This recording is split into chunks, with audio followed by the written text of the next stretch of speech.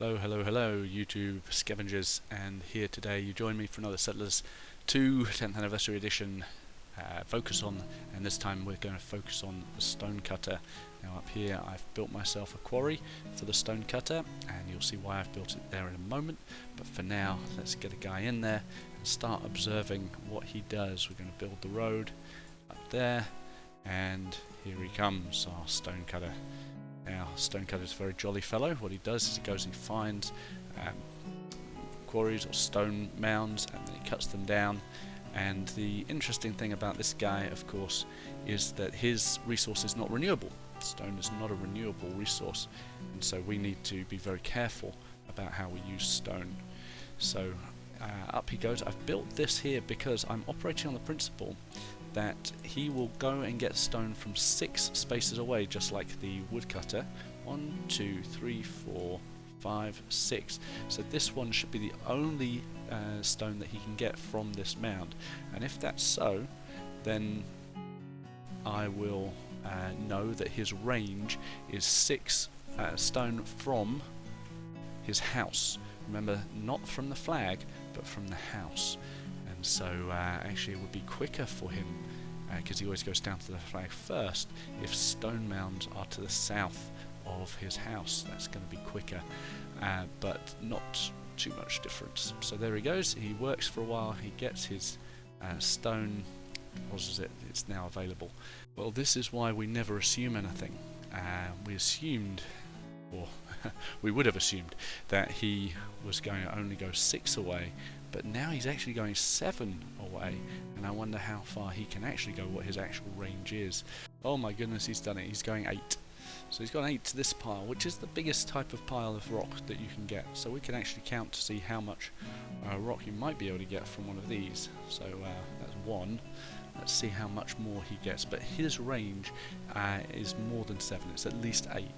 Another interesting thing that we've learned is that he will go to the closest rock first. So if you're thinking you want to clear some rock in order to be able to build a house, or in order to be able to build a path, know that the quarry worker, the stonecutter, is going to go to the closest, clear the closest rock first.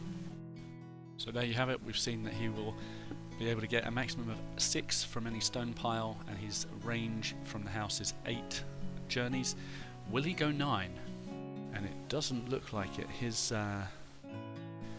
efficiency here is going down, it's at 65 now. I think when it reaches 0 we're going to get a little message saying that there's no resources for the quarry worker, the stonecutter, to find. There it is, no resources found at 50%. So the range of a stonecutter is from the house 1, 2, 3, 4, 5, 6, 7, 8 journeys.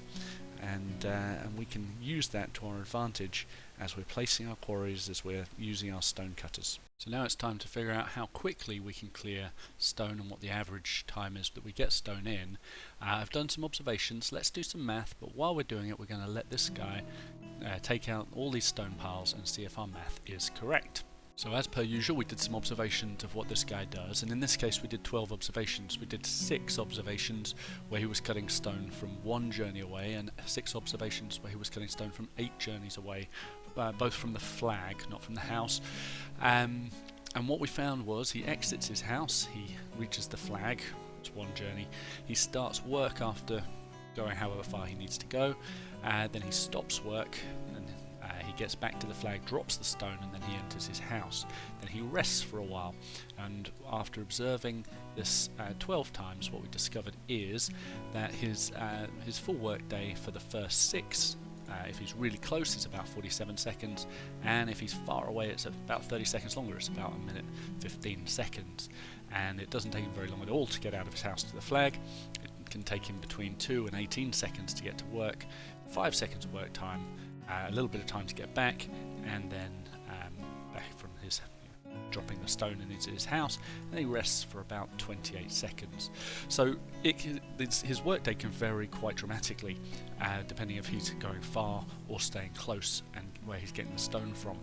So we could just average it. We could just say, well, on average it's about 54 or 58 seconds for each piece of stone, but that's not going to be good enough for us, because we can be quite clever about how we get the stone, right? So what I did was I figured out how long it would take him on average to get to each piece of stone if the journey was further away. And you can see that if the journey is one journey away from the flag, then basically it takes him about 43 seconds. If it's 2 journeys away, about 48 seconds. If 3 journeys away, about 52 seconds. Alright, well, how long is his average journey going to be? What I did was I thought about, right, if we had the perfect scenario, if we had every single space covered in stone, and there were 6 available stone in every space apart from the house, the flag, and the roads to get the stone away, well, how much stone would there be? It turns out that there would be exactly 5 pieces of stone 1 journey from the house, and actually 4 pieces of stone 1 journey away from the flag. And it's the flag that we're interested in, because that depends, that's what the journey time depends on, and 4 away because one of them has to be the road leading away from the house, and one of them has to be the house itself. So I figured out how many places there can be each distance away from the flag. Notice that if we look away from the house, he's going to go 8 journeys away from the house, but he can actually go up to 10 journeys away from the flag, because he has to go around the house to get to the furthest point that's 8 away. So he might have a journey of 10 places in order to get that final bit of stone. There's 1 piece of stone that might be in that scenario, and then we just multiply all that by 6 to figure out how much stone would possibly be available. We then do a product of the 2 to figure out how long it would take to clear all of that stone, and what we come up with is that there would be 1,248 potential stone available if everything was covered, and it would take about 82,170 seconds to clear all of that stone, which would be 22 hours, 49 minutes and 30 seconds, almost an entire day for a guy to clear all that stone at regular speed. That average time is 65 or 66 seconds even per piece of stone. So is that our average, or is it the 54 or 58 that we calculated earlier? Well, probably if we were having to go all that distance, it would be this higher number. However, we're smarter than that. We can decide where we want to put the stone. Where we want to put the quarry, and we can put it near to the stone, and the stone isn't everywhere, it is in particular patches.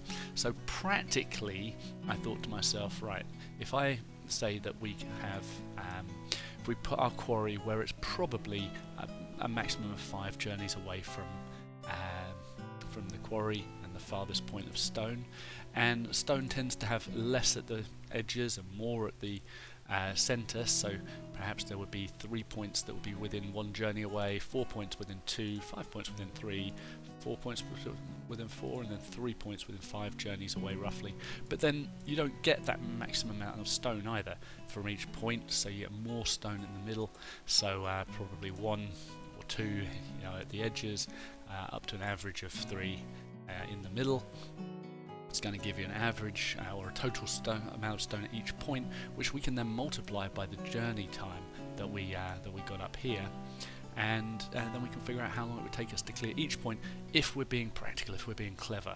It's 1,935 stone, it's going to take about half an hour to clear, and it's going to be an average time of 52 seconds per stone. Do you see now why we need to set up this experiment by putting our quarry worker, our stone cutter, right next to all those stone points and seeing actually how long it takes? I've done a calculation based on that very scenario, and you see there are 13 places where there is stone. This is the amount of stone available at each point, and this is how far it is away from the flag for each point, and this is how long it should take for each workday for each piece of stone to become available for each of these points. And so if we multiply it by the amount of stone available there, you see we should get 53 pieces of stone. He should do that in 33 journeys, and it should take about 2,660 seconds, which is about 44 minutes and 20 seconds. An average time per stone of 50 seconds per stone. So we're going to go back, we're going to see if that's the case. And you join us as our stonecutter is going on his last journey. He's got 52 stones so far, this will be his 53rd, and I can tell you that right now we're at about 46 minutes in, left it running the whole time on normal speed, so this will finish up at about 46 minutes and 40 seconds, which means that the average speed is actually 53 seconds per stone. So there's the quarry worker, 53 seconds per stone on average. There's one more thing we have to talk about, because the stonecutter is different from the forester, the carpenter and the woodcutter in one more important way. Now, a stonecutter uses a pickaxe to cut the stone, woodcutter uses an axe, carpenter uses a sword, but the woodcutter and the carpenter are the only people who use those tools, whereas a stonecutter uses a pickaxe, so do miners. So if you just create stonecutters everywhere or create miners everywhere and you don't leave enough pickaxes for the other type of worker, you'll run out. So it's very important to use your stonecutters judiciously, perhaps only set up one or two at a time, and then destroy their houses when they've finished getting all of the stone within their range, because otherwise you'll run out of pickaxes and you won't be able to get miners. Thanks very much for watching, hope you've enjoyed this episode, and I'll see you again for another episode. The next one we're going to do is a walkthrough of level 5.